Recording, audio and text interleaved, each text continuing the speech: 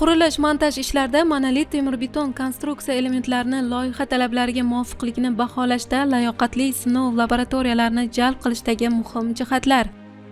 Ma'lumki, barcha turdagi beton mahsulotining sifati tegishli standart asosida nazorat qilinadi. Shunga ko'ra, monolit temir-beton konstruksiyaning mustahkamligini unga zarar yetkazmagan holda sinab ko'rishga ruxsat beriladi. Sinov laboratoriyalari tegishli standart talablari asosida amalga oshiriladi va natijalar rasmiylashtiriladi. Sinov laboratoriyasining layoqatga ega yoki ega emasligini aniqlash uchun buyurtmachi laboratoriyaning tegishli akkreditatsiya guvohnomasi mavjudligini inobatga olish zarur. Buning uchun esa O'zbekiston akkreditatsiya markazi rasmiy sayti orqali tekshiruv o'tkaziladi. Agar mavjud bo'lsa, sinov sohasi yuklab olinadi hamda sinov sohasidagi tegishli standartning mavjudligi tekshiriladi. Shu tariqa O'zbekiston akkreditatsiya markazi tomonidan ushbu sinov laboratoriyasi monolit temir-beton konstruksiya elementlarining sifatini aniqlashda ishonchli natijani taqdim qilishga layoqatli deb baholanadi.